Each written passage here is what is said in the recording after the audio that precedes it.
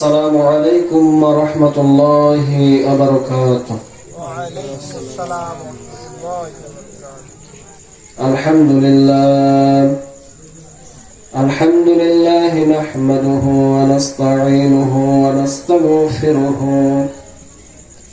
ونؤمن به ونتوكل عليه ونعوذ بالله من شرور أنفسنا ومن سيئات أعمالنا. من يهده الله فلا مضل له ومن يضلله فلا هادي له. ونشهد أن لا إله إلا الله وحده لا شريك له. ونشهد أن سيدنا وحبيبنا وحبيب ربنا ومولانا محمدا عبده ورسوله.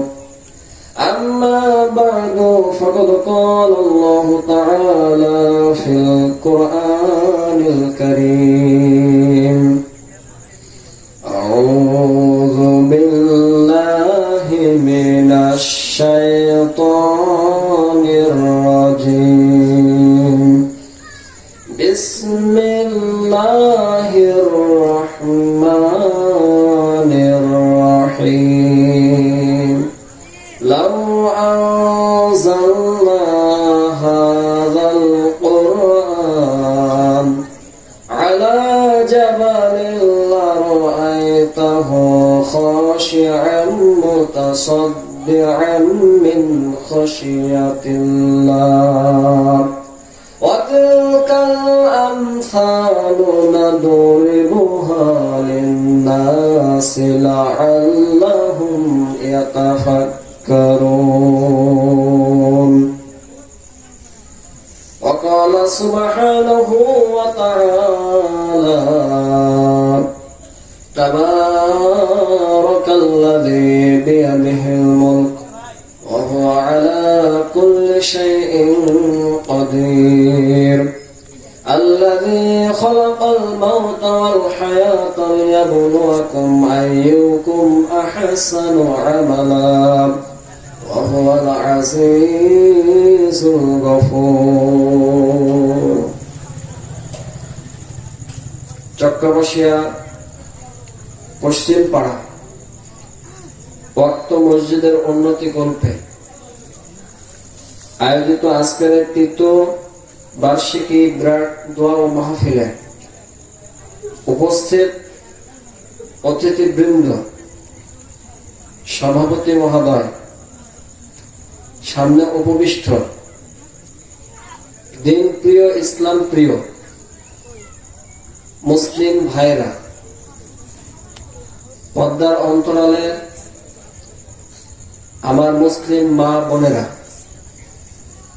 মঞ্চে উপবিষ্ট চক্কাবাসিয়া পশ্চিম পাড়া মসজিদের শ্রদ্ধেয় ইমাম আবু ইউসুফ এবং আজকের মাহফিলের উপস্থাপক শ্রদ্ধেয় শিক্ষক স্যার সাইফুল ইসলাম সহ নাম না জানা অজানা মুরব্বী, যুবক, কচিকাচার সকলকে অন্তরের অন্তঃস্থল থেকে সালাম। আসসালামু আলাইকুম ওয়া রাহমাতুল্লাহি ওয়া বারাকাতুহু। সবাই ভালো আছেন তো ইনশাআল্লাহ? তো ভালো যদি থাকেন তো একটু আগায় আসেন।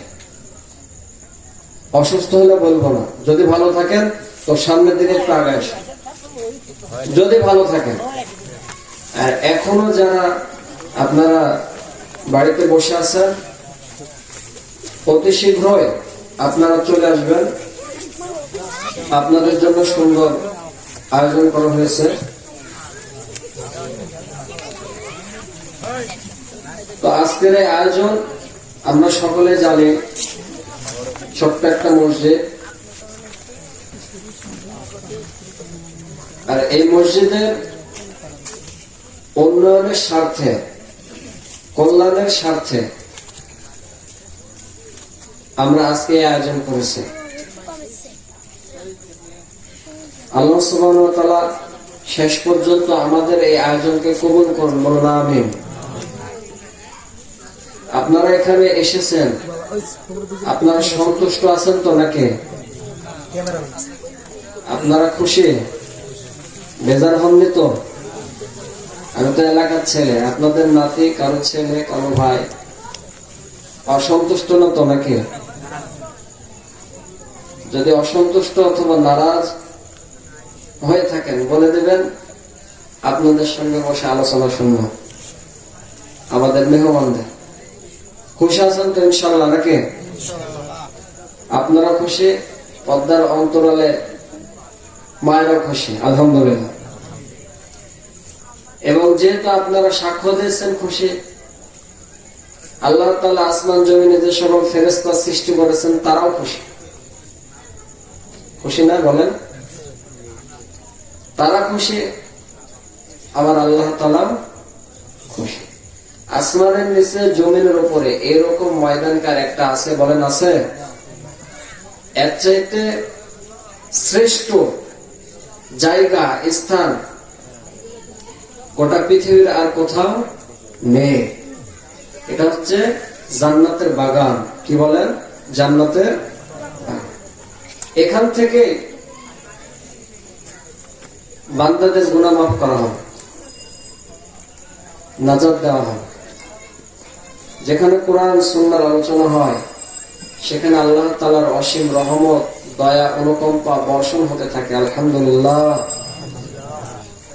আমাদের বিশ্বাস, দৃঢ় বিশ্বাস, আল্লাহ সুবহানাহু ওয়া তাআলা আমাদের উপর আসমান থেকে তার দয়া, করুণা বর্ষণ করছেন, আলহামদুলিল্লাহ। তো আজকে আলোচনা করব আমাদের জীবন বিধান মহাগ্রন্থ আল কোরআন কারীম থেকে। শুনবেন তো ইনশাআল্লাহ? শুনতে হবে,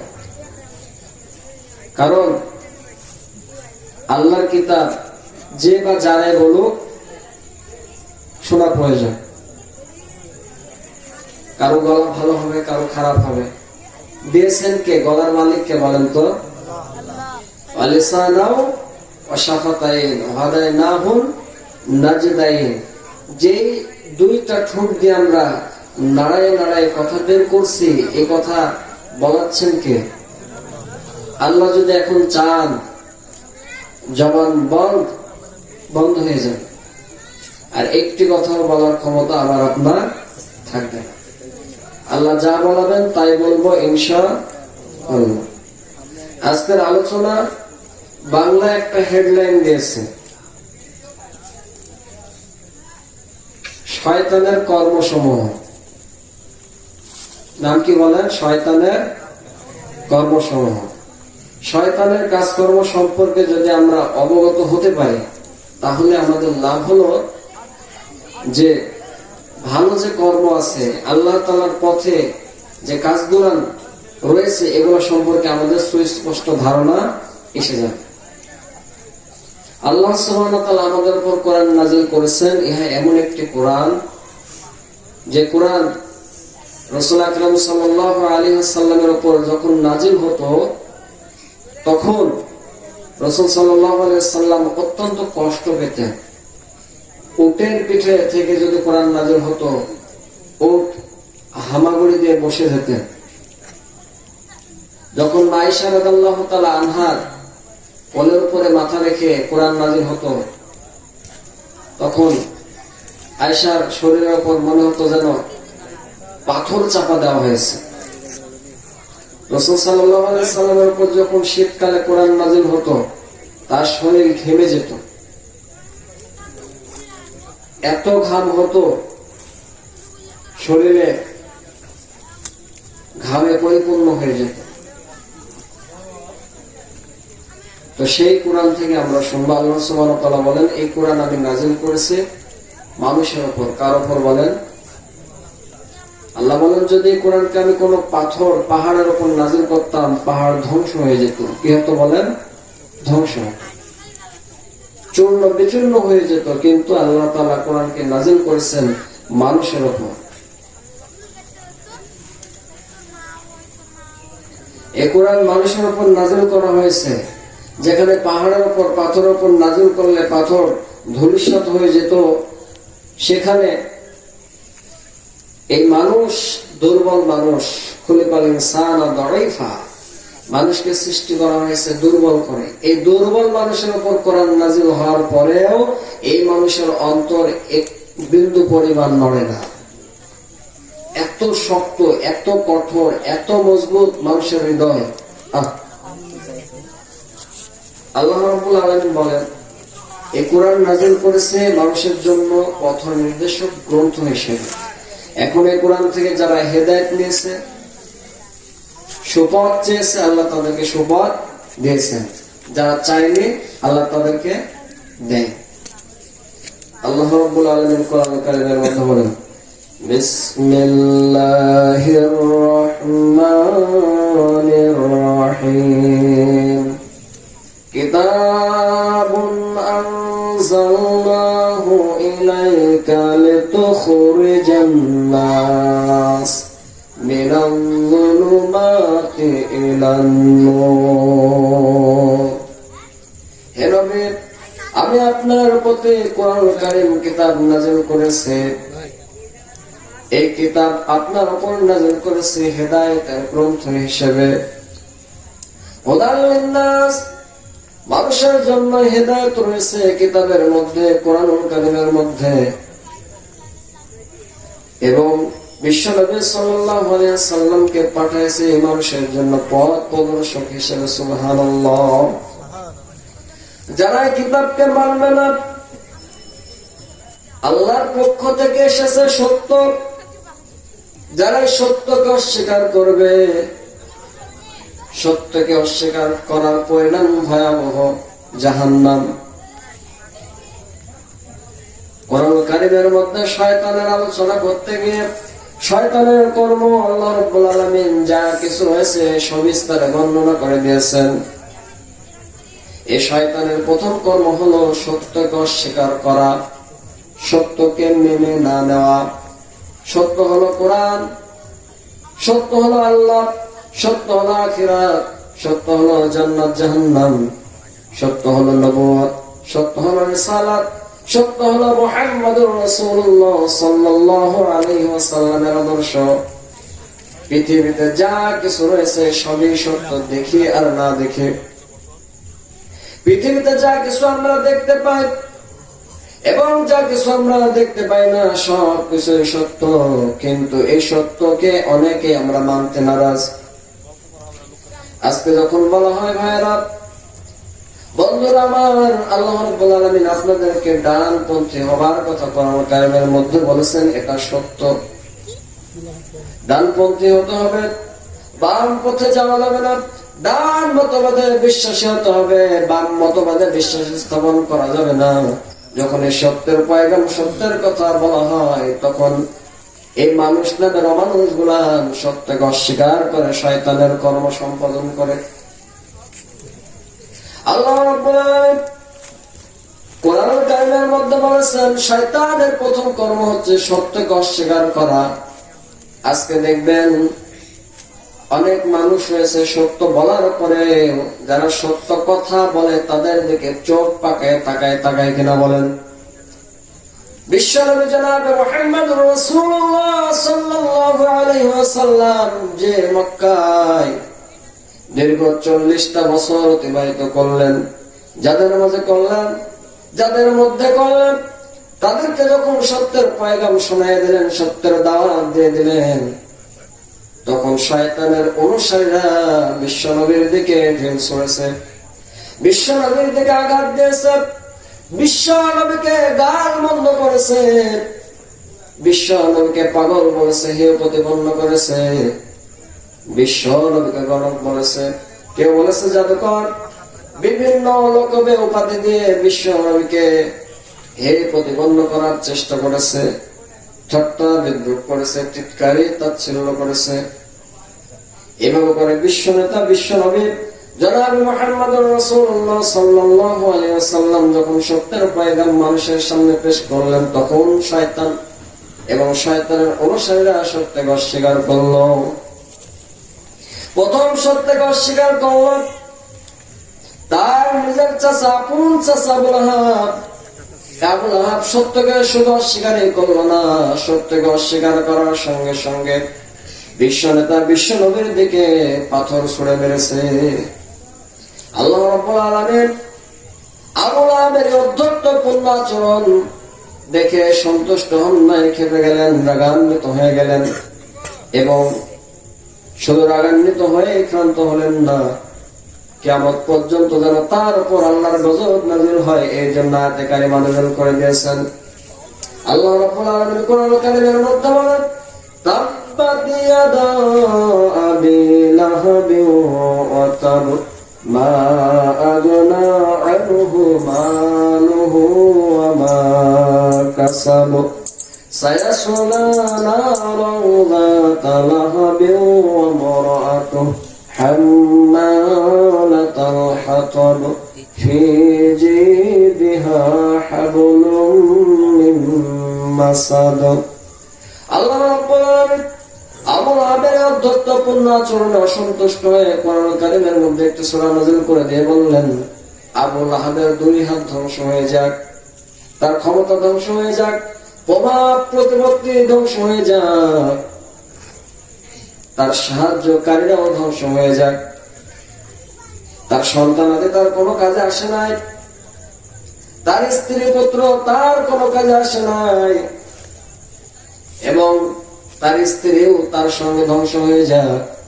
বিশ্বনবী যখন সত্যের দাওয়াত দিলেন, প্রথম আঘাতটা দিয়েছে নিজ পরিবারের মধ্য থেকে, নিজ গোত্র থেকে, নিজ সমাজ থেকে, নিজ এলাকার মানুষ তাকে সর্বপ্রথম অত্যাচার করেছে, নির্যাতন করেছে। কোরআনের যদি হক কথা বলেন, সত্যের পয়গাম মানুষের সামনে উপস্থাপন করেন, দেখবেন আপনার সমাজের লোক, আপনার বাড়ির পাশে লোক, আপনার দলের লোক আপনাকে আগে হে প্রতিবন্ধ করবে কিনা। সত্য যখন আপনি মেনে নেবেন, বুঝবেন আমি যে মতবাদের উপর প্রতিষ্ঠিত রয়েছে, যে মতবাদের উপর চলমান, এই মতবাদ আদৌ সঠিক নয়, বেঠিক রাস্তা। আপনি যখন ভুল পথ, ভুল মত, ভুল মতবাদ বুঝতে পারবেন, সঠিক পথে আসার চেষ্টা করবেন, তখন তারাই আপনাকে কটাক্ষ করবে কিনা। এতদিন যেই পথে ছিলেন, যেই মতে ছিলেন, যে মতবাদের অনুসারী ছিলেন, যে দলের উপর ছিলেন, এই দল আপনাকে আর মূল্যায়ন করবে না। মূল্যায়ন তো করবেই না, আপনাকে তিরস্কার করবে, তুচ্ছতা তাচ্ছিল্য করবে, আপনাকে বিভিন্ন নামে উপাধি দেবে। শুধু তাই নয়, এজন্য আপনার উপরে নির্যাতন আসতে পারে কিনা, জুলুম আসতে পারে। সত্যকে যারা মানবে তাদের এরকম হওয়াটাই স্বাভাবিক। সত্য যারা মেনে নিয়েছে, যুগে যুগে কালে কালে তাদের উপর নির্যাতন হয়েছে, ইতিহাস সাক্ষী। এজন্য শয়তানের প্রথম কর্ম হলো সত্যকে অস্বীকার করা। শয়তানের অনুসারী যারা রয়েছে, এখনো দেখবেন তারা সত্যকে মানতে চায় না। যখন সত্যের কথা বলা হয়, কোরআন কারীমের আলোচনা করা সত্য, কোরআনের তাফসীর করা সত্য, কোরআনের তেলাওয়াত করা সত্য, কোরআন কারীমের বিধান মেনে নেওয়া সত্য, কোরআন কারীমের নির্দেশনা ফলো করা সত্য। এই সত্য বিধান যারা মানে না, তারা বিপথে আছে। কোথায় আছে বলেন? বিপথে। শয়তানের অনুসারী। এভাবে করে শয়তানের অনুসারী যারা, তারা সত্যকে মানতে চায় না। বিশ্বনবী জনাব মুহাম্মদুর রাসূলুল্লাহ সাল্লাল্লাহু আলাইহি ওয়াসাল্লামের সময়ও অনেক মানুষ ছিল সত্যকে মানার জন্য ছুটে এসেছে, কেউ কেউ। আবার অনেকে ছিল সত্য যেন প্রতিষ্ঠিত না হয় এই জন্য বাধা প্রদান করেছে কিনা বলেন?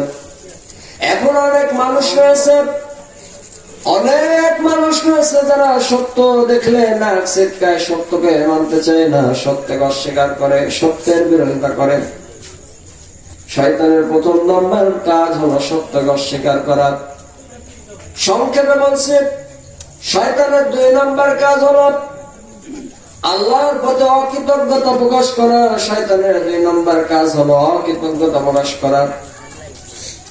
এই শয়তান মানুষকে আল্লাহর পথ থেকে বিপথে নিয়ে যায়।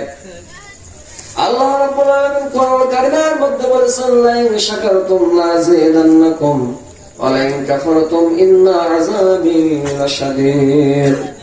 যদি বান্দা শুকর আদায় করে আল্লাহ তাআলা বাড়ায় দেব নিয়ামত, আর যদি অকৃতজ্ঞ হও তাহলে তোমাদের জন্য মস্ত বড় শাস্তির ব্যবস্থা করে রেখেছি। নাউযুবিল্লাহ।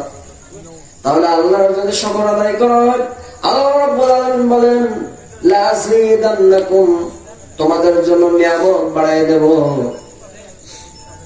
আল্লাহর পথে যখন মানুষ ধাবমান হয়ে যায়, আল্লাহ রাব্বুল আলামিন তার দিকে রহমতের দৃষ্টি দিয়ে ধাবমান হয়ে যায়। সুবহানাল্লাহ। আল্লাহ রাব্বুল আলামিন কোরআন কারীমের মধ্যে বলেন ফাযকুরুনি আযকুরুকুম ওয়াশকুরুলি ওয়া লা তাকফুরুন, তোমরা আমাকে স্মরণ করো, আমি তোমাদের ডাকে সাড়া দিয়ে দেব। সুবহানাল্লাহ। বুখারী মুসলিম শরীফের হাদিস, নবীজি সাল্লাল্লাহু আলাইহি সাল্লাম বলেছেন, বান্দা যখন আল্লাহর দিকে এক বিগত পরিমাণ অগ্রসর হয়ে যায়, আবার আল্লাহ রাব্বুল আলামিন তার দিকে এক হাত অগ্রসর হন। সুবহানাল্লাহ। বান্দা যখন আল্লাহর দিকে হেঁটে হেঁটে পথ চলে, আমার আল্লাহ রাব্বুল আলামিন তখন বান্দার দিকে দৌড়াইতে শুরু করে দেন। সুবহানাল্লাহ। তাহলে বোঝা গেল আল্লাহ রাব্বুল আলামিন বলেছেন যারা শুকর আদায় করবে নিয়ামত বাড়ানো হবে, আর যারা অকৃতজ্ঞ হবে নিয়ামত ছিনিয়ে নেওয়া হবে। শয়তানের 2 নম্বর কর্ম হলো অকৃতজ্ঞতা প্রকাশ করা, নিয়ামতের শুকর আদায় না করা। আল্লাহ দিয়েছেন আমাকে 2টা হাত, 2টা চোখ, 2টা ঠোঁট, 2টা কর্ণ দিয়েছেন আল্লাহ রাব্বুল আলামিন। আমরা বসে থেকে শুনতে পাচ্ছি, চোখ দিয়ে দেখতে পাচ্ছি, 2টা হাত নাড়াতে পারছে, কিন্তু যার 2টা হাত নাই তার কি অবস্থা? যার 2টা পাও নাই, যার 2টা চক্ষু নাই, কর্ণ নাই, এমন করে শরীরের অঙ্গহানি হয়েছে, আহত হয়েছে, বিকলাঙ্গ হয়েছে, এদের কি অবস্থা চিন্তা করে দেখুন। আফি আনফুসিকুম আফালা তুবসিরুন, তোমরা তোমার নিজেদের দিকে তাকায় দেখো, এর ভিতরে কোনো খুঁত আছে নাকি, কোন রং আছে নাকি, ভুল আছে নাকি? নিজেদের দিকে তাকাও। আমরা যদি আমাদের শরীরের দিকে তাকাই, কোন খুঁত পাবো না। নিখুঁত ভাবে আল্লাহ সৃষ্টি করেছেন। এই শরীরের শুকর আদায় করার তো দরকার আছে কিনা বলেন? অথচ দিন যায়, সপ্তাহ যায়, মাস যায়, বছর যায়, বছর পরে বছর আসে, দিনের পর দিন যায়, কত সপ্তাহ, কত মাস, কত বছর, কত যুগ, শতাব্দী পার হয়ে গেল, কিন্তু আল্লাহর কাছে মাথা নত করলাম না। এরকম না শুকরকারী অকৃতজ্ঞ মানুষ পৃথিবীতে আছে কিনা বলেন? আছে। আমরাই অকৃতজ্ঞ মানুষ। শয়তানের 2 নম্বর কর্ম হলো আল্লাহকে অস্বীকার করা, অকৃতজ্ঞতা প্রকাশ করা, শুকর আদায় না করা। আল্লাহ রাব্বুল আলামিন কত কিছু দিলেন, কত কিছু বুঝি আমরা, সায়েন্স বুঝে, বিজ্ঞানের বিভিন্ন কলা কৌশল বুঝে, ফেসবুক, ইউটিউব, কত কিছু বুঝি, কিন্তু কোরআন জানার জন্য, কোরআন পড়ার জন্য 1টা মিনিটের জন্য আমরা চেষ্টা করি না। আমাদের জীবনের জন্য সবচাইতে বড় ব্যর্থতা। কত বড় অকৃতজ্ঞ চিন্তা করেন। আল্লাহ চক্ষু দিলেন কোরআন পড়ার জন্য, 2টা ঠোঁট দিলেন কোরআন তেলাওয়াত করার জন্য, জিহ্বা দিলেন সুন্দরভাবে মিষ্টি মিষ্টি কণ্ঠে কোরআন তেলাওয়াত করার জন্য। শরীরের কত সুন্দর স্ট্রাকচার, এত কিছু দেওয়ার পরে আমরা কোরআন তেলাওয়াত করি না, কোরআন শিখি না। 20 বছর, 30 বছর, 40, 50, 100 বছর পার হয়ে গেল, কিন্তু যদি প্রশ্ন করা হয় চাচা মিয়া কোরআন জানেন, বলবে না। এত বড় অকৃতজ্ঞতা কি মাফ করা যায় নাকি বলেন? কত বড় অকৃতজ্ঞ আমরা। শয়তানের 2 নম্বর কর্ম হলো বান্দারা অকৃতজ্ঞ হয়ে যায়। আজকে আমরা কোরআন মানা থেকে এত অকৃতজ্ঞ হয়ে গেছে যে কোরআন আমরা মানছি না, আল্লাহর বিধান আমরা মানি না। এভাবে করে আমরা অকৃতজ্ঞতা প্রকাশ করি। শয়তানের 2 নম্বর কর্ম হলো অকৃতজ্ঞতা প্রকাশ করা। শয়তানের 3 নম্বর কর্ম সত্যপন্থী যারা, তাদের সঙ্গে শত্রুতা করা। আছে না নাই? যারা সত্য হক পথে চলে তাদের বিরোধিতা করা, তাদের বিরুদ্ধে অবস্থান করা, তাদের সঙ্গে শত্রুতা করা, এই মনোমানসিকতার মানুষ এখন পৃথিবীতে আছে না নাই? বলেন আছে না নাই? আছে। সত্য এবং সত্যপন্থী যারা তাদের বিরোধিতা করা ইতিহাসেও সাক্ষী, বর্তমানেও রয়েছে। অনেক মানুষ রয়েছে যারা কোরআনের বিধান মানতে চায় না। কোরআনের বিধান যখন তাদের সামনে উপস্থাপন করা হয় তখন তাদের গাও জ্বালা করে কিনা? এইরকম মানুষ রয়েছে সত্য এবং সত্যপন্থীদের সঙ্গে শত্রুতা করে। আবু জাহেলের নাতি পুতিরা বর্তমানেও রয়েছে। এই আবু জাহেল যখন কোরআন তেলাওয়াত করা হতো, বিশ্ব নবীর কোরআন তেলাওয়াত শোনার জন্য ঘরের চতুর্পাশে দাঁড়িয়ে যেত। রাত্রিবেলা কোরআন শুনতো, কিন্তু দিনের বেলা এসে আবার বিশ্ব নবীর বিরোধিতা করত। এই মানুষ বর্তমানে রয়েছে। কোরআন ঠিকই দুটা পাখির মতো রিডিং পড়ে তেলাওয়াত করে, কিন্তু এই কোরআনের যখন ব্যাখ্যা করা হয় এই কোরআনের বিরোধিতা করে কিনা? শয়তানের 3 নম্বর গুণ, শয়তান সত্য এবং সত্যপন্থী যারা রয়েছে তাদের বিরোধিতা করে। এরকম মানুষ এখনো সমাজে রয়েছে। সত্য হলো কোরআন, সত্য আল্লাহ, সত্য ফেরেশতা, যারা এগুলো অস্বীকার করে, অমান্য করে, শয়তানের কর্ম সম্পাদন করার কারণে তারাও শয়তান। এই সত্যকে তারা কিভাবে প্রত্যাখ্যান করে, সত্যের কিভাবে বিরোধিতা করে, সত্যকে তারা কিভাবে অমান্য করে, দেখুন বিশ্বনবী সাল্লাল্লাহু আলাইহি ওয়াসাল্লাম ইসলামের দাওয়াত দিয়েছেন, মানুষের দ্বারা দ্বারা ঘুরেছেন ফিরেছেন, মানুষদেরকে হেদায়েতের বাণী তাদের কর্ণকুহরে পৌঁছায় দিয়েছেন। কিন্তু এই অবস্থাতে তাদের পরিবার থেকে শুরু করে গোটা সমাজ তার বিরুদ্ধে লেগেছে। এমন এক সময় হলো বয়কট করা হলো, দারুন নাদওয়া সংসদ ভবনে মিটিং করা হলো। দারুন নাদওয়া আরবি শব্দ, বাংলা শব্দ হলো সংসদ ভবন, ইংরেজি হলো পার্লামেন্ট। এই দারুন নাদওয়াতে 12 গোত্রের নেতা মিলে মিটিং করেছে, আলাপ আলোচনা করেছে। মুহাম্মদ সাল্লাল্লাহু আলাইহি ওয়াসাল্লাম তার সুমধুর কণ্ঠে, সুমধুর ব্যবহারে, আচার আচরণে মানুষদেরকে আকৃষ্ট করে ফেলেছে। এই মুহাম্মদ সাল্লাল্লাহু আলাইহি সাল্লামকে কি করা যায়? একজন এসে বলল, এই মুহাম্মদ সাল্লাল্লাহু আলাইহি সাল্লামকে কাহিন বলা হোক। আরেকজন এসে বলল, না না, তাকে কাহিন বলা যাবে না। 12 গোত্রের 12 সর্দার সেখানে উপস্থিত ছিল। আবু জাহেল ছিল, আবু লাহাব ছিল। 13 নম্বর চিফ গেস্ট প্রধান হতে ছিল ইবলিস শয়তান। এই 13 জনের পার্লামেন্টে এক একজন এক এক মতামত পেশ করতে লাগলো। একজন বলল তাকে গণক বলা হোক। আবু জাহেল বলল, না, এটা চলবে না, গণকের কথা এরকম না। গণক যখন গণনা করে সত্যও হয় মিথ্যা হয়, কিন্তু বিশ্ব নবীর জবানে কখনো মিথ্যা কথা আমরা শুনি নাই। সুবহানাল্লাহ। আরেকজন তাহলে তাকে পাগল বলা হোক।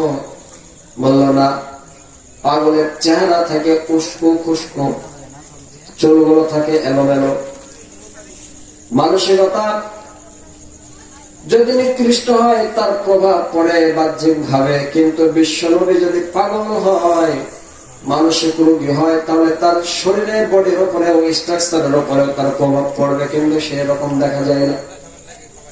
আরেকজন বলল, ঠিক আছে, তাহলে তাকে কবি বলা হোক। আবু জাহেল এবং চিফ গেস্ট প্রধান অতিথি ইবলিস বলল, না, তাকে কবি বলা যাবে না। কি বলা যাবে? শেষ পর্যন্ত রায় হলো তাকে পাগল বলা হয়, কবি বলা হলো না, গণক বলা হলো না। শেষ পর্যন্ত রায় হলো, সমাধান হলো, আইন পাশ হলো, বিশ্ব নেতা বিশ্ব নবীকে বলা হবে পাগল। সামনে হজ্জের মৌসুম ছিল, দূর দূরান্ত থেকে মানুষজন সমাগম হয়েছে, লোকজন এসে উপস্থিত হয়েছে। এবার আবু জেহেল বাহিনী চতুর্দিকে মানুষের দ্বারে দ্বারে কানে কানে পৌঁছায় দিল, আমাদের এলাকায়, আমাদের জন্মভূমিতে, আমাদের গোত্রে, আমাদের বংশে এমন একজন ব্যক্তি জন্মগ্রহণ করেছে, নাম তার মুহাম্মদ সাল্লাল্লাহু আলাইহি ওয়াসাল্লাম। তিনি একজন পাগল, তার কাছে যাবে না, তার কথা শুনবে না, তার দিকে তাকাবাও না। এখন মানুষ যদি পাগলের এক দেয়, মানুষের ভিতরে কৌতূহল আছে না নাই? আছে। কৌতূহল বশত মানুষ ছুটে চলল, দেখা যাক। নেতা বলছে পাগল দেখা যাবে না, পাগলের কথা শোনা যাবে না। কিন্তু পাগলের যদি অ্যাড দেওয়া হয়, লোকজন চিন্তা করলো পাগলের অ্যাড দেওয়া হচ্ছে, নিশ্চয়ই পাগল দেখতে ভালো হবে, উৎকৃষ্ট মানের হবে, হাই পর্যায়ের হবে। দেখার জন্য লোকজন দলে দলে বিশ্বনবীর দরবারে, তারা দূর থেকে কানে আঙ্গুল দিয়ে বিশ্বনবীর দিকে তাকায় রয়েছে। বিশ্বনবী কোরআনুল কারীম তেলাওয়াত করে জনগণকে, মানুষদেরকে শোনায় দিচ্ছেন আল্লাহর কথা, সত্যের কথা। সত্যের বাণী যখন তার মুখ দিয়ে তেলাওয়াত হচ্ছিল, তখন সকলে চিন্তা করলো, বহিরাগত যারা এসেছিল, মক্কায় আব্দুল্লাহর পুত্র মুহাম্মদ সাল্লাল্লাহু আলাইহি সাল্লাম সম্পর্কে বলা আছে পাগল। আবু জেহেল আমাদের কাছে সে মাইকিং করে করে বলে গেল, কিন্তু এই লোকটির চেহারা তো পাগলের মতো নয়, দেখতে কত সুন্দর, সুশ্রী, সুন্দর অবয়ব। আমাদের চোখে দেখা এরকম সুন্দর চেহারার কোন মানুষ আমাদের চোখে আর দেখি নাই, এত সুন্দর চেহারা। এই কথা চিন্তা করে কানে থেকে আঙ্গুল সরাই দিয়েছে, সুবহানাল্লাহ। কানে থেকে জাননি করে আঙ্গুল সরাই দিয়েছে, অমনি তাদের কর্ণকুহরে কোরআন কারীম তেলাওয়াত প্রবেশ করেছে, মন শীতল হয়ে গেছে, সুবহানাল্লাহ। হিদায়াতের বাণী অন্তরের মধ্যে পড়েছে, কালেমা পড়ে মুসলমান হয়েছে। আশহাদু আল্লাহ ইলাহা ইল্লাল্লাহু ওয়াহদাহু লা শারীকা লাহু ওয়া আশহাদু আন্না মুহাম্মাদান আবদুহু ওয়া রাসূলুহু। ইসলামের কথা যখন বিশ্বনবী বলেছেন, একদল তার ব্যবহার, তার চরিত্র, তার আচার আচরণ, তার কোয়ালিটি, তার চেহারা, তার ওঠা বসার চাল চলন দেখে মানুষ আকৃষ্ট হয়ে তার কাছে গিয়েছে। তার বলার যোগ্যতা, তার আমল, তার ওঠা বসা, তার বাইনা, তার ক্যারেক্টার এত উন্নত পর্যায়ে ছিল, যা দেখে মানুষ শতভাগ হয়ে গিয়েছে। মানুষ একচুল পরিমাণ বসতে পারে নাই, দাঁড়াইতে পারে নাই, স্থির থাকতে পারে নাই, দূর দূরান্ত থেকে এসেছে, মুসলমান হয়েছে, সুবহানাল্লাহ। কিন্তু পাশে থাকার পরেও মানুষ না চেনার কারণে পথভ্রষ্ট হয়েছে, না হয় নাই বলেন? আমরা যখন বিপদে পড়ে তখন মানুষের মূল্যায়ন বুঝতে পারি, মানুষ আমাদের জন্য কতটা মূল্যবান। আমরা যখন মানুষদের কাছে যাই, আমরা যখন মানুষের দ্বারে দ্বারে যাই, কোরআনের কথা, ইসলামের কথা, আল্লাহর কালামের সত্যতা নিয়ে, তখন আমাদেরকে অনেক অনেক কথা বলে, টিটকারি করে, তাচ্ছিল্য করে। সে কথা আল্লাহ রাব্বুল আলামিন কোরআন কারীমের মধ্যে তুলে দিয়েছেন, ইন্নাল্লাযীনা আজরামু কানু মিনাল্লাযীনা আমানু ইয়াদহাকুন ওয়া ইযা মাররু বিহিম ইয়াতাগামাসুন। যখন মুমিনরা কোরআনের কথা, ইসলামের কথা বলে, তারা যখন বাড়ির দিকে প্রস্থান করে ফিরে যায়, তখন তুমি দেখবা একদল পাপী, একদল নিকৃষ্ট বড় ব্যক্তিরা তাদের নিয়ে পরচর্চায় লিপ্ত। এই মুমিনদের সম্পর্কে ঠাট্টা করে, বিদ্রুপ করে, টিটকারি করে, তুচ্ছ তাচ্ছিল্য করে, প্রতিবন্ধ করে। শুধু তাই নয়, একটা ঢেল মেরে দেখার চেষ্টা করে, ঢিলটা ছুঁড়ে দেয় হুজুরের দিকে অথবা আল্লাহর বান্দার দিকে, যে সত্য পথে রয়েছে তার দিকে দেয়। যদি ঢিল মেরে সন্তুষ্ট না হয়, তাহলে তাকে আত্মসাৎ করে হারায় দেয়। কোথায় হারায় যায় তাকে আর খুঁজে পাওয়া যায় না। এটা করে যদি সন্তুষ্ট না হয় তাহলে জীবন জিন্দেগি বরবাদ করে দেয়। আছে কিনা? কোরআন এবং আল্লাহ নবীর দাওয়াত নিয়ে যারা ময়দানে রয়েছে, সত্য যারা প্রতিষ্ঠা করার জন্য সদা সংগ্রামরত রয়েছে, এই সত্য সংগ্রামকারীদের বিরুদ্ধে কাফের গোষ্ঠীরা এখনো লেগে আছে। আছে না নাই? শয়তানের 3 নম্বর কর্ম বলছিলাম, সত্য ও সত্যপন্থীদের সাথে শত্রুতা করা। এই শত্রুতা আছে, ছিল, থাকবে কিয়ামত পর্যন্ত। কিন্তু যারা মুমিন এর মধ্য দিয়ে তারা নাজাত পেয়ে আল্লাহর জান্নাতের মধ্যে চলে যাবে ইনশাআল্লাহ। শয়তানের 4 নম্বর কর্ম হলো কল্যাণের পথে প্রতিবন্ধকতা সৃষ্টি করা, ভালো কাজে প্রতিবন্ধকতা সৃষ্টি করা। আমরা আজকে যে আয়োজন করেছি এটা ভালো না খারাপ? ভালো কাজ। প্রতিবন্ধকতা আছে না নাই? আছে। আমরা আজকে ছোট্ট পরিসরে হলেও চেষ্টা করেছি আসমানের নিচে জমিনের উপরে শ্রেষ্ঠ কাজ করার। এই শ্রেষ্ঠ কাজ করতে গিয়ে অনেক প্রতিবন্ধকতা আছে। আমরা ইচ্ছা করলে কোরআনের কথা প্রাণ খুলে মন উজাড় করে বলতে পারি না। আমাদের মুখে রয়েছে ঘুমায়। মানুষ যখন জমিতে হাল চাষ করতে যায় তখন গরু মানুষের খেতে যেন হামলা না দেয়, ফসল যেন নষ্ট না করে, এই জন্য মুখে ঘুমায় দিয়ে দেওয়া হয়। আজকে হক কথা যেন বলতে না পারে হুজুররা, আলেমরা, এই জন্য তাদের মুখে দিয়ে দেওয়া হয়েছে ঘুমায়। এই ঘুমের কারণে আমরা শুধু এখন ঘুমাই, আর আলোচনা নাই।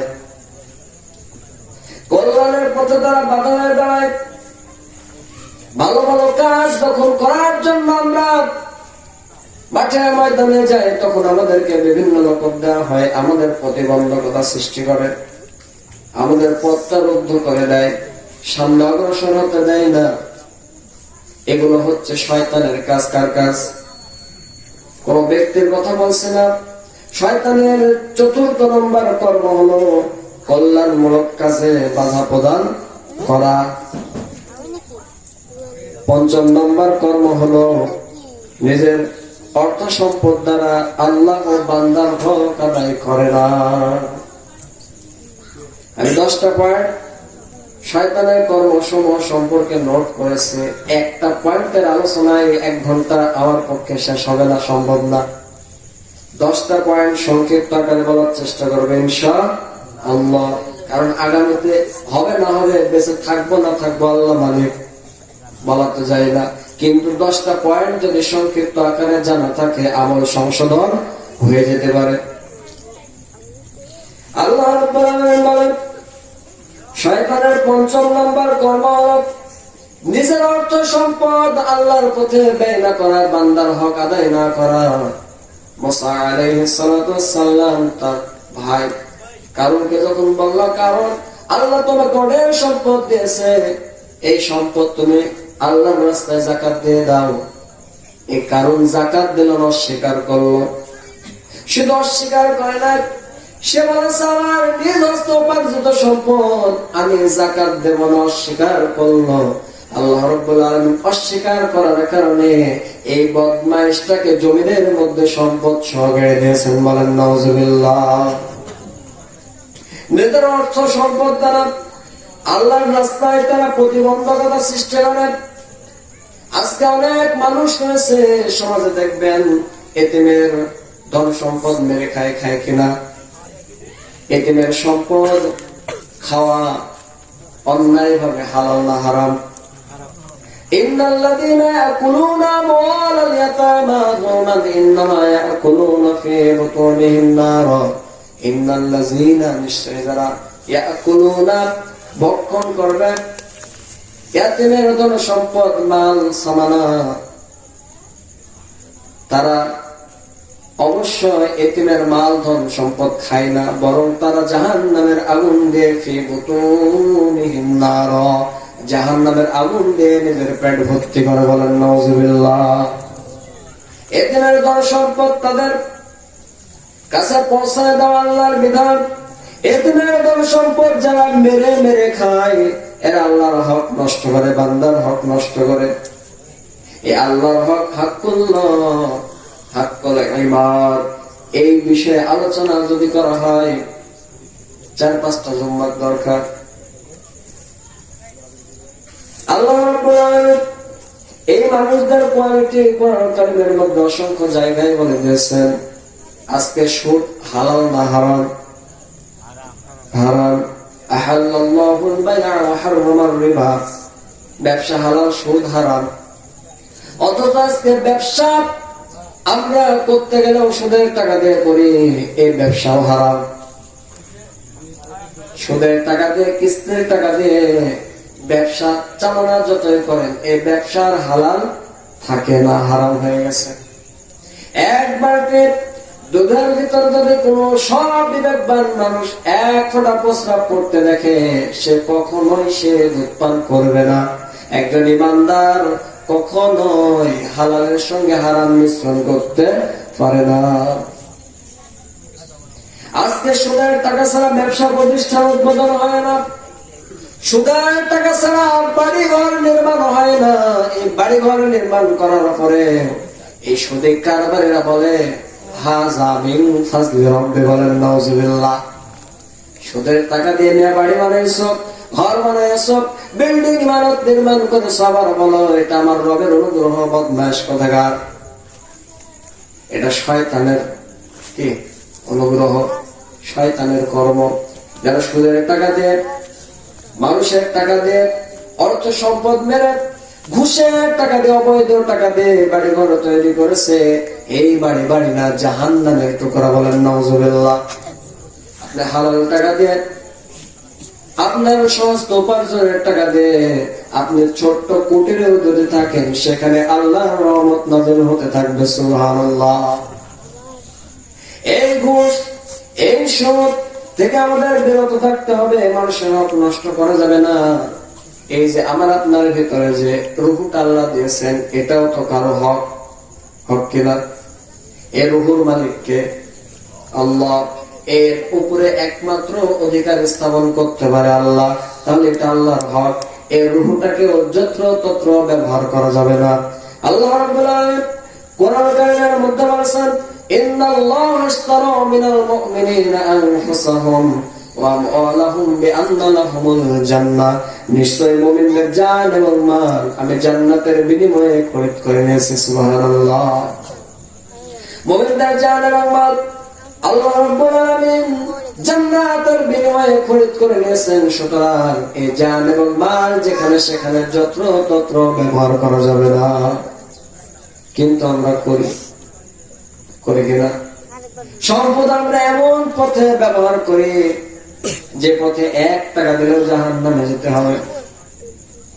এমন কিছু পথে আমরা সম্পদ ব্যবহার করি, ভালো পথে না। পথগুলো ছোট ছোট খুতবায় জুম্মার দিন আলোচনা হবে, আপনারা শুনে নেবেন ইনশাআল্লাহ। 6 নম্বর শয়তানের কর্ম হচ্ছে নিজের আচার আচরণে সীমা লঙ্ঘন করা। শয়তানের 6 নম্বর কর্ম হলো নিজের আচার আচরণে, ব্যবহারিক, পারিবারিক, ব্যবহারিক, সামাজিক সব ক্ষেত্রে আন্তর্জাতিক পরিমণ্ডলে সীমা লঙ্ঘন করা শয়তানের কর্ম। আজকে এটা আছে না নাই? সীমাবদ্ধ জীবন যাপন করতে হবে। যারা সীমা লঙ্ঘন করবে তাদের জন্য জাহান্নামও পেতে রয়েছে, বলেন নাউযুবিল্লাহ। ইন্না জাহান্নামা কানাত মিরসাদান লিত-তাগিনা মাআবা, নিশ্চয় জাহান্নাম একটি গোপন ঘাঁটি, কুয়ার মতো। কুয়ার ভিতরে যেমন কিছু দেখা যায় না, কেউ পড়ে গেলে বোঝা যায় না, কুয়ার ভিতরে পড়ে যাওয়ার পরেও হাজারো চিৎকার দিলে উপরে আওয়াজ আসবে না। জাহান্নাম এমন জায়গা, চিৎকার দিলে হাজারো চিৎকার, হাজারো আর্তনাদ, শত কষ্ট, শত নির্যাতন, ফেরেশতাদের শত নির্যাতন সত্ত্বেও যত আমরা চিৎকার দিই, এই চিৎকার আল্লাহর রহমত ভেদ করে আল্লাহর কাছে পৌঁছাবে না। কারণ আল্লাহ রাব্বুল আলামিন জাহান্নামকে সিলগালা করে দিবেন, ব্যাগ করে দিবেন। রহমত উঠাই দিবেন। যদি রহমত থাকে জাহান্নাম, জাহান্নাম থাকে না এটা জান্নাত। আর যখন আল্লাহ রহমত তুলে নেন ওইটাই জাহান্নাম। এখন আমরা এখানে আছি, আল্লাহ যদি রহমত তুলে নেন এইটা রহমতের ময়দান থাকবে না, জাহান্নাম হয়ে যাবে। আল্লাহ রাব্বুল আলামিন নিজের আচার আচরণের সীমা লঙ্ঘন করা শয়তানের 6 নম্বর কর্ম। আল্লাহ রাব্বুল আলামিন আমাদেরকে বাইন্ডিং দিয়ে দিয়েছেন, বান্দা এই পথে চলো, এই পর্যন্ত তোমাদের সীমা, এটা অতিক্রম করো না। এটা অতিক্রম যদি করো লিত্তাগিনা মাআবা, সীমা লঙ্ঘন করেছো, জাহান্নামের মধ্যে চলে যাও। সীমা লঙ্ঘন করা যাবে না, ব্যক্তিগত পর্যায়ে কোনো সীমা লঙ্ঘন হবে না, যে কোনো কাজ সীমা লঙ্ঘন করা যাবে না, ব্যাখ্যা দেওয়ার সময় নেই। পারিবারিক জীবনেও সীমা লঙ্ঘন করা যাবে না। অনেক সময় সন্তানদের উপর পিতা মাতা বুঝে না বুঝে হয়তো নির্যাতন চালায়, এটা পিতা মাতার বড় ভুল। সন্তান ভালো হবে, অবশ্যই হবে, কিন্তু পিতা মাতা শুধু দুর্ব্যবহার করলেই হবে না, ভালো ব্যবহার করতে হবে। আমাদের সমাজে পিতা মাতারা সন্তানদেরকে সুশিক্ষা দিতে পারে না, সন্তানরা তাদেরকে দেখতে চায় না, খারাপ ব্যবহার করে। সন্তানরা পিতা মাতার সঙ্গে খারাপ ব্যবহার করার মূল কারণ হলো পিতা মাতা সন্তানের সাথে ভালো ব্যবহার করতে পারে না। আমি আবার বলছি, আমার গবেষণায় যতটুকু পেয়েছি, সন্তানরা পিতা মাতার সঙ্গে খারাপ ব্যবহার করার সর্বপ্রথম মূল কারণ হলো এই পিতা মাতা সন্তানের সঙ্গে ভালো আচরণ করতে পারে না। এই ক্ষেত্রে তারা বাড়াবাড়ি করে ফেলে। শয়তানের কাজ হচ্ছে বাড়াবাড়ি করা। সন্তান প্রতিপালনে যেন বাড়াবাড়ি না হয়। হযরত লোকমান হাকিম বিজ্ঞ ব্যক্তি, পণ্ডিত ব্যক্তি, দেখতে তেমন ভালো ছিল না, কিন্তু এমন একজন পারসন যার কথা কোরআনুল কারীমের মধ্যে আল্লাহ রাব্বুল আলামিন তুলে ধরেছেন। সুবহানাল্লাহ। তিনি কেমন মানুষ, কেমন ব্যক্তি, কেমন সত্তা, আল্লাহ রাব্বুল আলামিন তার সম্পর্কে কোরআনুল কারীমের মধ্যে তুলে ধরেছেন। চিন্তা করেছেন কেমন ব্যক্তি। আল্লাহু আকবার। তিনি তার সন্তানকে বলতেছেন, ইয়া বুনাইয়া লা তুশরিকি বিল্লাহ। সুবহানাল্লাহ। এ আমার প্রিয় বৎস সন্তান, কলিজার টুকরা সন্তান, খবরদার আল্লাহর সঙ্গে শরীক স্থাপন করো না।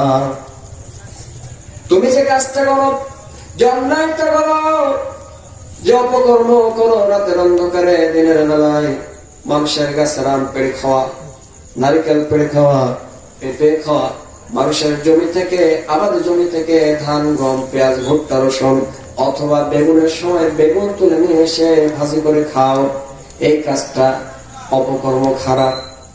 ইয়া বুনাইয়া ইন্নাহা ইন তাকুন মিসকাল হাববাতিন মিন খারদালিন ফাতাকুন ফি সাখরাতিন আও ফিস সামাওয়াতি আও ফিল আরদ ইয়াতি বিহা আল্লাহ ইন্নাল্লাহা লাতীফুন খাবীর।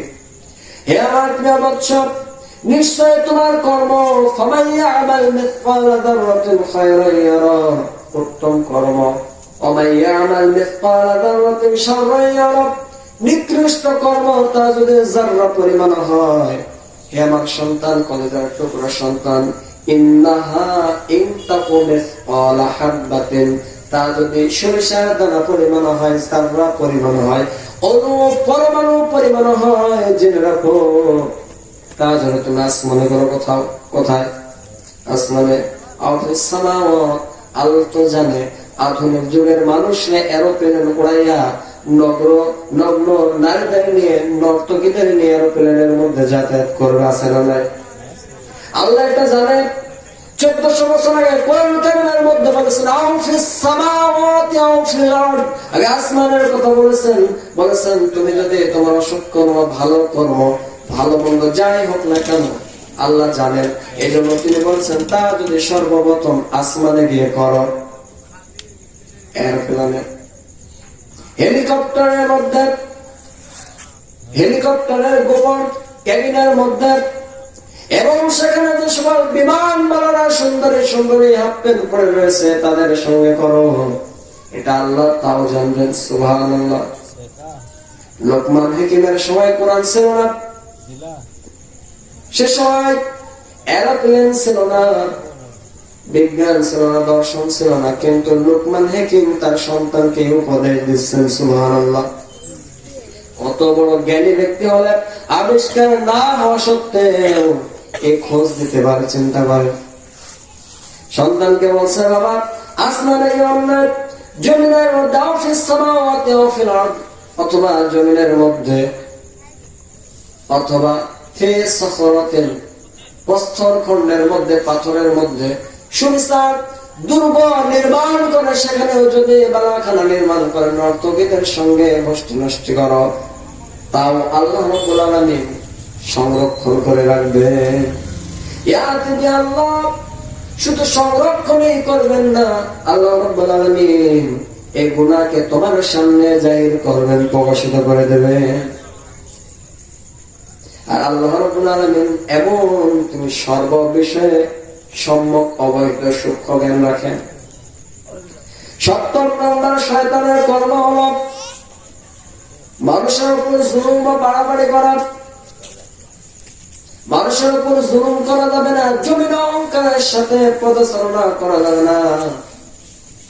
কথায় কথায় আমরা যখন মানুষের সঙ্গে কথা বলি, নিজে জেতার জন্য কথার শব্দের উচ্চতা বাড়ায় দিই কিনা।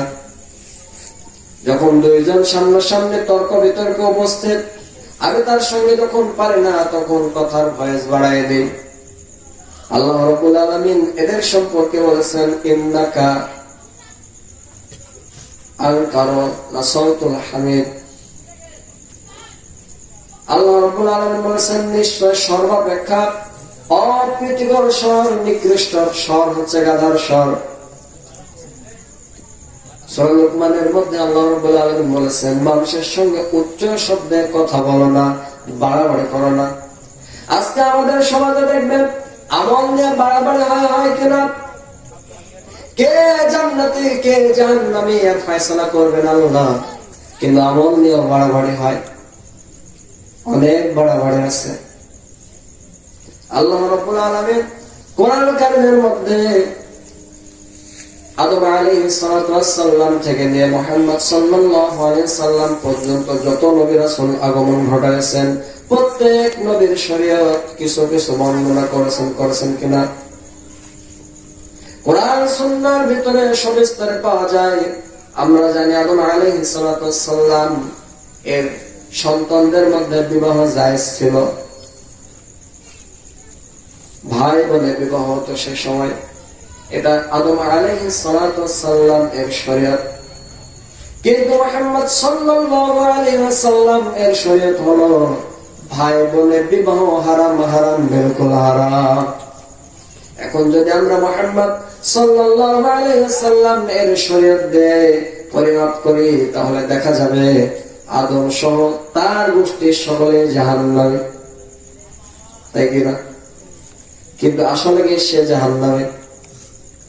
একজন নবী যাকে আল্লাহ রাব্বুল আলামিন প্রথম পৃথিবীতে পাঠিয়েছেন, কত ভালোবেসে কত যত্ন করে লালন পালন করে তাকে গঠন করেছেন, আকৃতি দিয়েছেন। এই মানুষটার সন্তানদের মধ্যে বিবাহ ছিল, কিন্তু আমাদের মধ্যে সেটা হারাম। এই যে আমরা আমাদের ক্ষেত্রে বাড়াবাড়ি করি, এটা হলো শরীয়ত। শরীয়ত নিয়ে কোনো বাড়াবাড়ি করা যাবে না।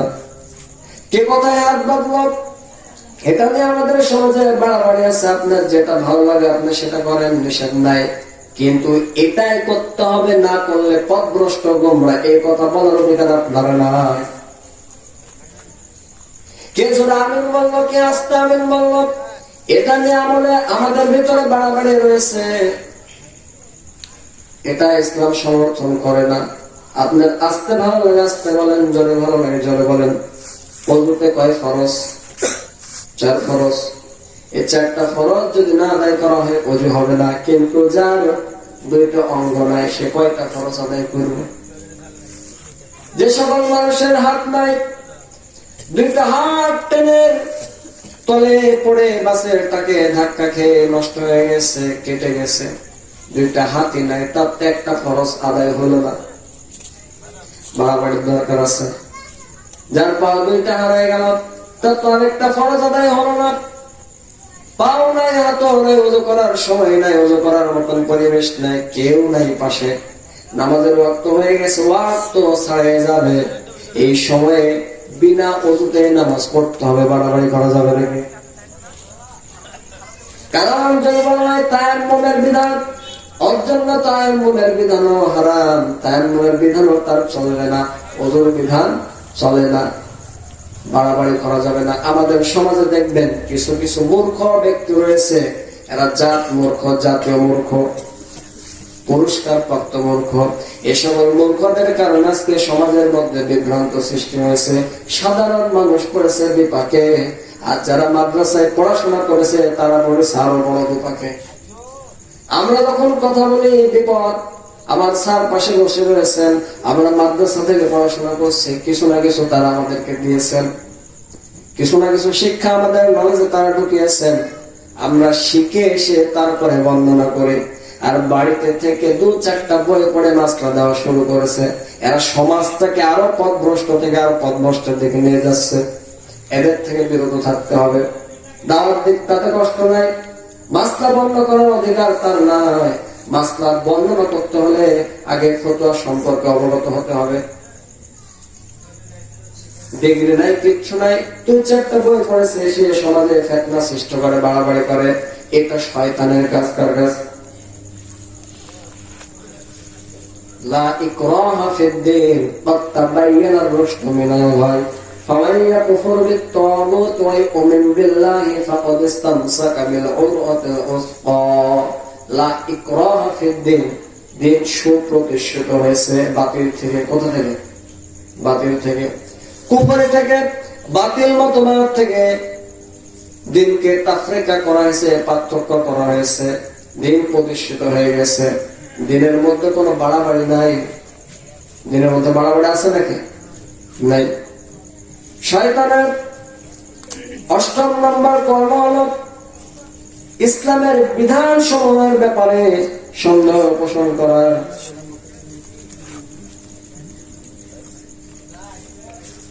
আলহামদুলিল্লাহ, আমাদের প্রধান বক্তা ইনশাআল্লাহ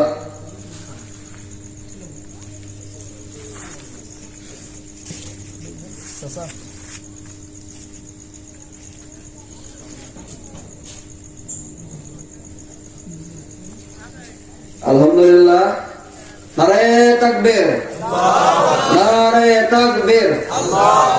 প্রধান বক্তা আগমন, আলহামদুলিল্লাহ উনি এসেছেন, একটু নাস্তা করুন নাকি? আমরা ততক্ষণ চালাই, বাকি যে পয়েন্ট গুলো আছে একটু শেষ করি নাকি? করা যাবে তো? জানার দরকার। তাহলে 8ম নম্বর শয়তানের কর্ম হচ্ছে ইসলামের বিধিবিধান সমূহের সত্যতার ব্যাপারে সন্দেহ পোষণ করা। ইসলাম চুরির বিধান দিয়েছে, কোরআনে দেয় নাই? চুরির বিধান আছে না? এখন চুরির বিধান কি কেউ যদি বর্বর বলে, এটা কি বিরোধিতা হলো না? সত্য বিমুখিতা হলো না? বলেন। কোরআনে চুরির বিধান আছে, পর্দার বিধান আছে, অথচ পর্দা প্রগতির অন্তরায়। আজকে পর্দার বিষয়ে কতজন কত কথা বলে। কেউ বলে বাংলাদেশে পর্দা বিক্রি 3 গুণ 4 গুণ বহু গুণ বৃদ্ধি পেয়েছে। নাউজুবিল্লাহ। এরা হচ্ছে শয়তানের অনুসারী, শয়তানের কর্ম। শয়তান কয় প্রকার শেষে হল। 9ম নম্বর হলো অন্যদের মনে সন্দেহ সংশয় সৃষ্টি করা। নিজে তো ইসলাম মানে না, নিজে তো হক পথে চলে না, আবার আরেকজনকে পথভ্রষ্ট করে। এরকম মানুষ আছে না? নিজে ইসলাম মানবে না, ইসলামের পথে চলবে না, চলার চেষ্টা করবে না, কিন্তু আবার আরেকজনকে চলতে দেবে না, বাধা প্রদান করবে, সন্দেহ সংশয় সৃষ্টি করবে। এই আবু হানিফার কথা শোনো না, সে তোমাদেরকে পথভ্রষ্ট করে, বিপথে নিয়ে যায়, কখনো তার কথা শোনা যাবে না। এভাবে মানুষকে কি করে? বিপথে নিয়ে যায়, তাফরিকা সৃষ্টি করে, ফারাক সৃষ্টি করে। এটা শয়তানের কর্ম। কে? শয়তানের কর্ম। 10 নম্বর হলো শয়তান আল্লাহ আল্লাহর রুবুবিয়তের ক্ষেত্রে, প্রভুত্বের ক্ষেত্রে, একত্ববাদের ক্ষেত্রে শরীক সাব্যস্ত করে। আল্লাহ সুবহানাহু ওয়া তাআলার সঙ্গে শরীক সাব্যস্ত করা এটাকে ছোটখাটো অপরাধ বলেন?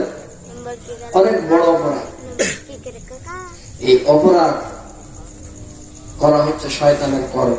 তাহলে 10টি পয়েন্ট আমরা সংক্ষিপ্ত ভাবে রিডিং তেলাওয়াতের মাধ্যমে শেষ করলাম। আরো কিছু আলোচনা আছে, অন্য আলোচনা আমরা একটু করি।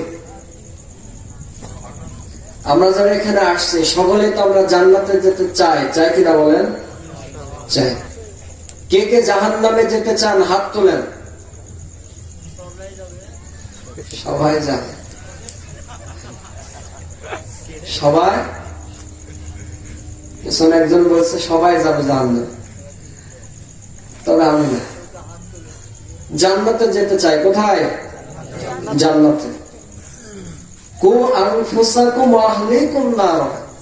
হে বান্দারগণ, সূরা তাহরীম 6 নম্বর আয়াত। আল্লাহ তাআলা বলেন তোমরা নিজের আগে বাঁচো জাহান্নাম থেকে। কোথা থেকে?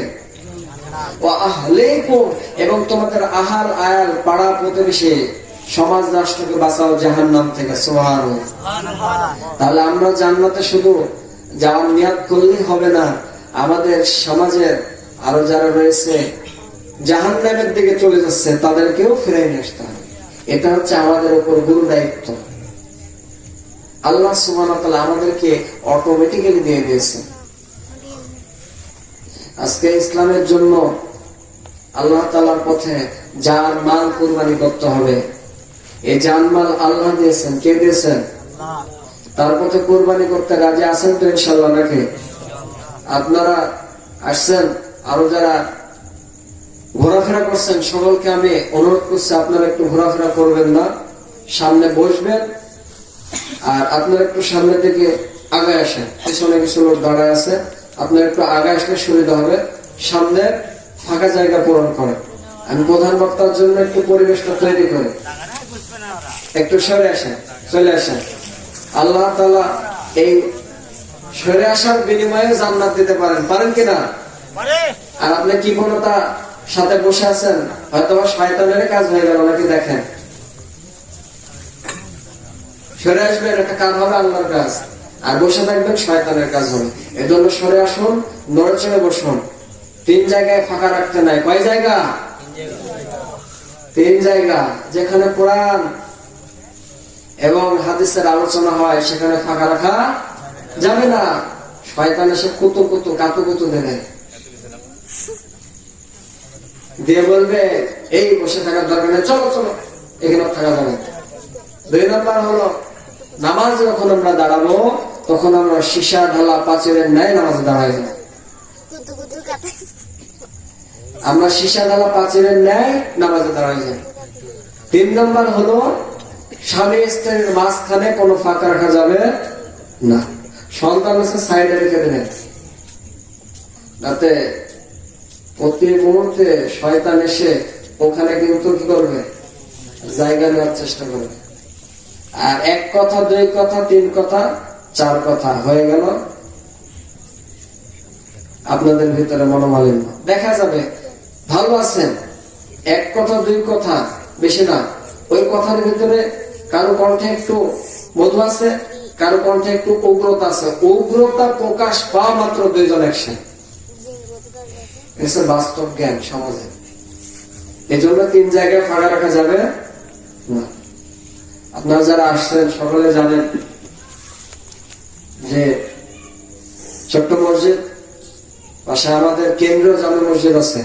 চক্কাবাসায় পশ্চিম পাড়া কেন্দ্রীয় জামে মসজিদ। আমাদের চক্কাবাসায় অনেক মসজিদ, আলহামদুলিল্লাহ বলেন। অন্যান্য গ্রামে এত মসজিদ নাই, আমাদের গ্রামে বহু মসজিদ। এটা আল্লাহর রহমত। রহমত না, এটা আল্লাহর রহমত। এলাকার লোকের ভালোবাসাতে দিনই প্রতিষ্ঠান তৈরি হয়। এলাকার লোকের ভালোবাসা ছাড়া, মানসিকতা ছাড়া কখনোই দিনই প্রতিষ্ঠান প্রতিষ্ঠিত হতে পারে না। আমাদের এলাকার লোকজনের মানসিকতা ভালো বলে এত মসজিদ, আলহামদুলিল্লাহ। নিজের দেশের দুর্নাম করবো না, আমরা ওই রকম বক্তা না। নিজের দেশের দুর্নাম করবো। নিজের দেশ মাতৃভূমিকে ভালোবেসেছেন বিশ্বনবী সাল্লাল্লাহু আলাইহি সাল্লাম। তিনি যখন মক্কা ছেড়ে যাচ্ছিলেন, কাবার দিকে তাকায় তাকিয়ে চোখ দিয়ে পানি ঝরছিল, বলছিলেন, রে কাবা, তোকে আমি ভালোবাসি। সুবহানাল্লাহ। মক্কা থেকে যাওয়ার পথে তার বুক ফেটে যাচ্ছিল, চোখ দিয়ে পানি গড়ায় গড়ায় দাঁড়ি মোবারক ভেজছিল। দেশের প্রতি, গ্রামের প্রতি ভালোবাসা, এটা একটা ইমানের অংশ। হাদিস না, ইমানের একটা অংশ। বিশ্বনবী ভালোবেসেছেন, আমরাও ভালোবাসি, এ থেকে বুঝি এটা ইমানের অংশ। কারণ বিশ্বনবী যে কাজ করেছেন সে কাজ করাই ইমানের দ্বারা। তারপর আরবিতে একটা শব্দ রয়েছে, হুব্বুল ওয়াতানি, তাই না? দেশপ্রেম ইমানের অঙ্গ, মিনাল ঈমান, ইমানের অঙ্গ। তো দেশের প্রতি ভালোবাসা, দেশের মানুষটাকে ভালোবাসা আমাদের উচিত।